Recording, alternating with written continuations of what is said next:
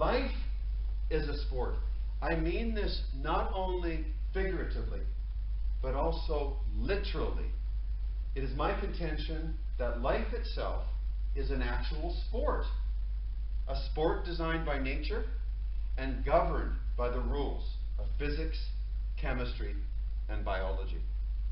We are the players in the game, and like any sport, there is a beginning and an end. Failure to comply with the rules established by nature leads to hardship and severe consequences. But if you play this game called life, according to the rules, you will be well rewarded. So who am I?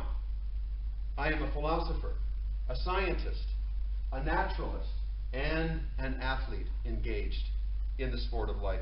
In business, I operate an online school as a naturopath that teaches the virtue of optimum health and how to achieve it through nutrition and exercise.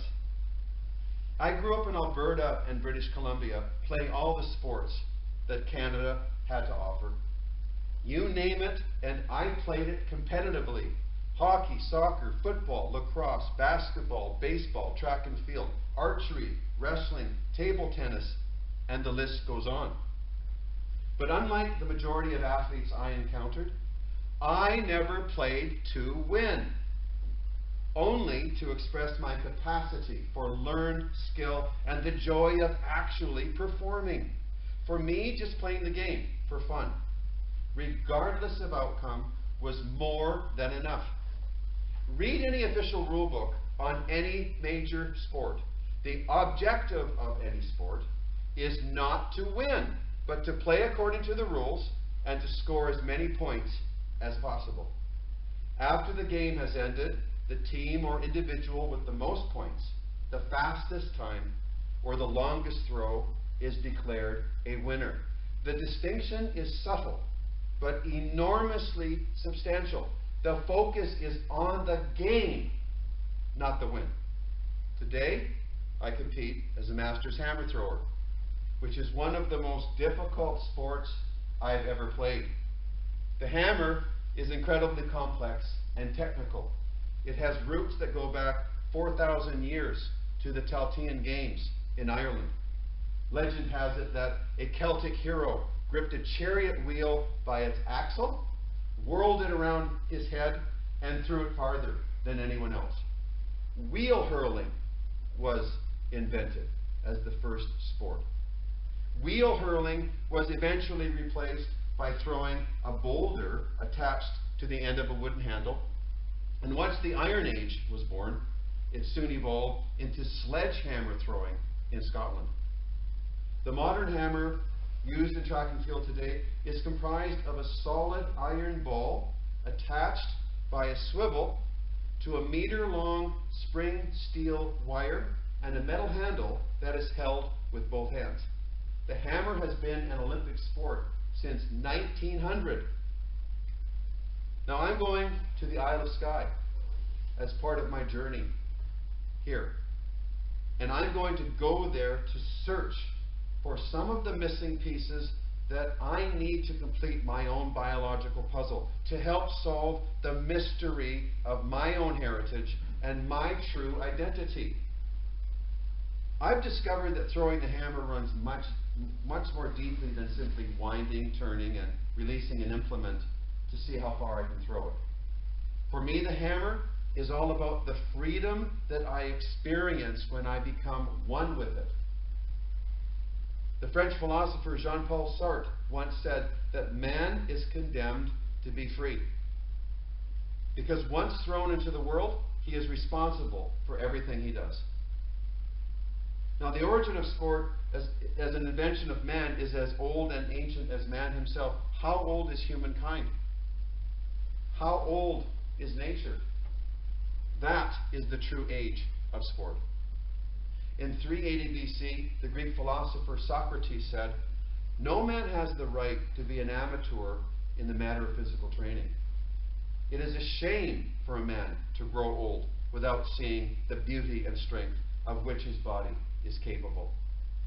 In 350 BC, his most famous student, Plato, said, "Lack of activity destroys the good condition of every human being, while movement and methodical physical energy save and preserve it." And finally, Plato's most famous student, and my favorite above all, the father of logic, Aristotle. He stated the following in 300 BC, "I count him braver who overcomes his desires than him who conquers his enemies, for the hardest victory is over self." My friends, sport as an ideal provides no better method to gain victory over self. If we look up sport in Webster's New World Dictionary, it's first defined as any activity or experience that provides enjoyment or recreation, and then goes on to include activity combined with physical exertion. It also mentions fun and play as vital components. Sport as a derivative of Middle English and translated from Old French means pleasure or to divert. Sport was utilized by men and women to distract them from the hardships of life. It provided entertainment and created a physical means of enjoyment to help people cope with the burden of living. And sport can still do that today for anyone who's willing to try. Watching and playing sport has become a national pastime for millions of people for all ages. It's also a huge business that involves governments and some of the world's largest corporations. So why do so many of us love to watch sport? Why do we elevate athletes to a status equal to that of a king? Is it because sport embodies what being superhuman is really all about? Sport was created by man as a means of getting physical and as an object of philosophical idealism to set a universal standard of good sportsmanship. The ancient Greeks said that sport represents all that is good in man as an ideal and all that is reprehensible. We love sport because it reveals our true character as humans. Sport doesn't build character, it reveals it. Sport is the great equalizer. It's able to siphon out from the illusion of our consciousness that great truth everyone wants and needs. In fact, the sport we love and choose as our favorite is a mirror that actually reflects our deepest desires and fears. Of course, the contrary is also true. The sport you reject or think of with the greatest amount of disdain is a reflection of what you reject in your society and in your own life. Sport has deep philosophical and scientific roots. Charles Darwin, who published On the Origin of Species in 1859, used the term sports to represent his notion of spontaneous change. Today, that same idea is recognized as mutation, a critical variant in natural selection and evolution. Herbert Spencer, the English philosopher, biologist, and anthropologist, coined the term survival of the fittest. In evolutionary biology, the term fitness describes the ability of a species to survive long enough to pass on its genes to its offspring and for them to do the same. But in a more practical sense, for you and I, fitness relates to our potential to perform in the real world.